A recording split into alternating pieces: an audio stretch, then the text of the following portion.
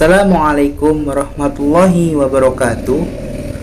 Perkenalkan, nama saya Ahmad Nur Syafi'i, NPM 2201011007. Saya dari Fakultas Tarbiyah Ilmu dan Keguruan atau FTIK, jurusan Pendidikan Agama Islam atau PAI kelas F. Tugas untuk memenuhi tugas yaitu usul fiqh atas nama dosen pengampu Pak Nikmal Faiz MPDI.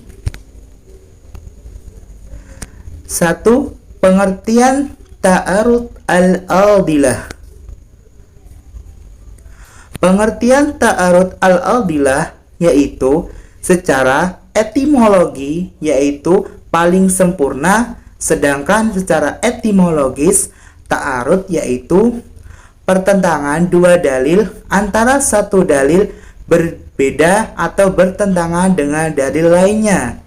Dengan demikian, ta'arud al-aldilah adalah pertentangan antara beberapa dalil bahwa perbuatan tersebut wajib dilakukan, sedangkan dalil lainnya menetapkan sunnah. Sebenarnya, menurut Dr. Wahbah Zulaihi, tidak ada dalil nas yang bertentangan. Adanya bertentangan dalil syar'a itu hanya menurut pandangan mujtahid.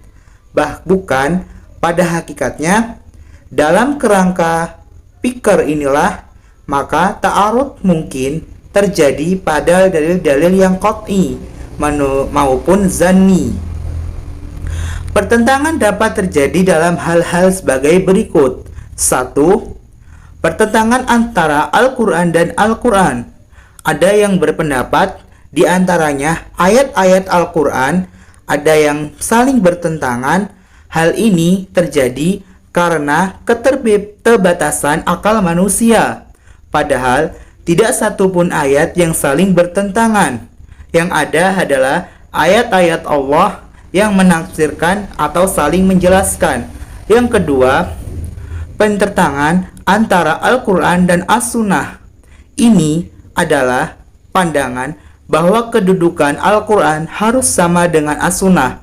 Padahal tidak demikian. Yang harus ada bahwa Sunnah menjelaskan Al-Quran. Al-Quran kedudukannya lebih tinggi daripada As-Sunnah. Oleh karena itu, tidak mungkin adanya pertentangan dalil keduanya, kecuali As-Sunnah yang kualitasnya lemah, baik dari segi sanad maupun matanya. Yang ketiga, yaitu pertentangan antara As-Sunnah dengan As-Sunnah. Keempat, pertentangan antara As-Sunnah dan akal. Dan yang kelima, dalil yang bertentangan memiliki kesamaan baik dari segi materinya maupun pada segi sifatnya. Misalnya, tingkat kejelasan makna kedua dalil tersebut sama-sama pada tingkat mujmal atau sama-sama pada tingkat zahir. Materi yang kedua yaitu tentang macam-macam ta'arud al-aldilah. Macam-macam ta'arud al-aldilah.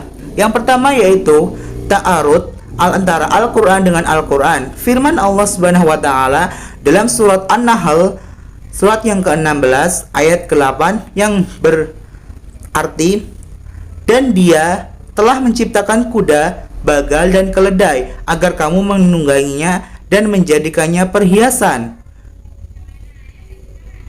Kedua, ta'arud Al-Quran dengan sunnah terdapat dalam surah Al-Baqarah ayat 180 yang artinya diwajibkan atas kamu apabila seseorang di antara kamu kedatangan tanda-tanda maut jika ia meninggalkan harta yang banyak, berwasiat untuk ibu bapak dan karib kerabatnya secara ma'ruf. Ini adalah kewajiban atas orang-orang yang bertakwa. Dan yang ketiga yaitu ta'arud sunnah dengan sunnah. Dari Siti Aisyah dan Ummi Salamah radhiyallahu anhu bahwa Nabi masuk waktu subuh dalam keadaan junub karena melakukan jima, dan kemudian beliau mandi dan menjalankan puasa. Hadis riwayat Bukhari Muslim. Yang keempat, ta'arud antara sunnah dan qiyas.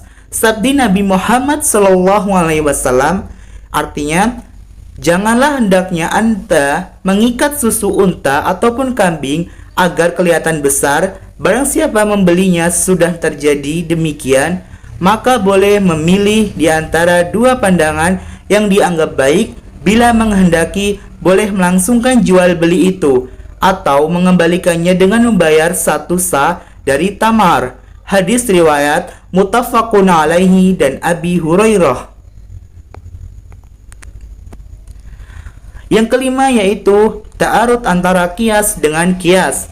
Dari Aisyah, beliau berkata bahwa Rasulullah SAW mengawini saya ketika saya berumur 6 tahun dan mengumpuli ketika saya berbagai gadis yang telah berumur 9 tahun. Hadis riwayat Muslim dari Aisyah.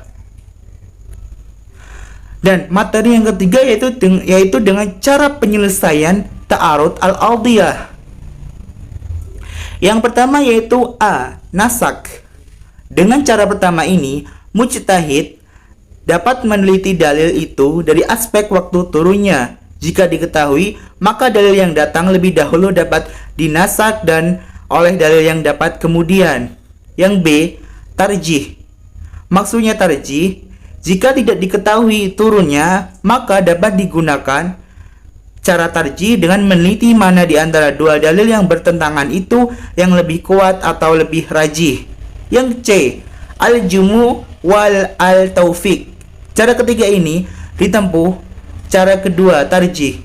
Tidak mungkin untuk dilakukan caranya dengan mengkompromikan dua dalil yang bertentangan. Yang D. Tasakut. Maksudnya tasakut di sini adalah jika mungkin untuk dikompromikan, maka jalan keluarnya adalah tidak menggunakan kedua dalil itu. Ketika itu mujtahid dapat dilakukan dalil lain yang lebih rendah dengan urutannya. Jika yang bertentangan itu dengan dua ayat, maka ia bisa menggunakan sunnah. Terus yang di sini, adapun cara penyelesaian ta'arud al-adillah menurut Syafi'iyah dalam wabah Zuhaili yang dapat ditempuh untuk menjelaskan ta'arud al-adillah sebagai berikut.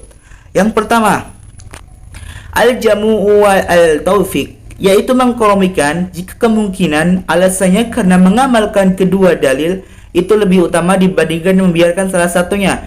Contohnya yaitu mengkompromikan antara ayat 234 surah Al-Baqarah dengan ayat 4 An-Nisa ataupun surat At-Talaq sebagaimana telah dijelaskan sebelumnya, yang masing-masing berbicara tentang masa iddah wanita yang dicerai oleh suaminya. Kedua, tarjih. Jika cara pertama tidak mungkin untuk dilakukan, maka cara selanjutnya yang ditempuh adalah dengan tarjih. Yang ketiga adalah nask. Jika cara kedua tarjih tidak juga mungkin untuk dilakukan, maka cara meneliti dari aspek turunnya dari dua dalil tersebut, maka dalil yang datang terdahulu dapat dinask oleh dalil yang datang kemudian. Langsung yang keempat yaitu tasakuk. Jika cara ketiga nas tidak dapat dilakukan, maka jalan keluarnya adalah tidak mengeluarkan dua dalil itu. Mujtahid dapat menggunakan dalil yang lebih rendah kualitasnya. Oke. mungkin cukup sekian dari penelitian dari saya. Kurang lebihnya saya mohon ampun.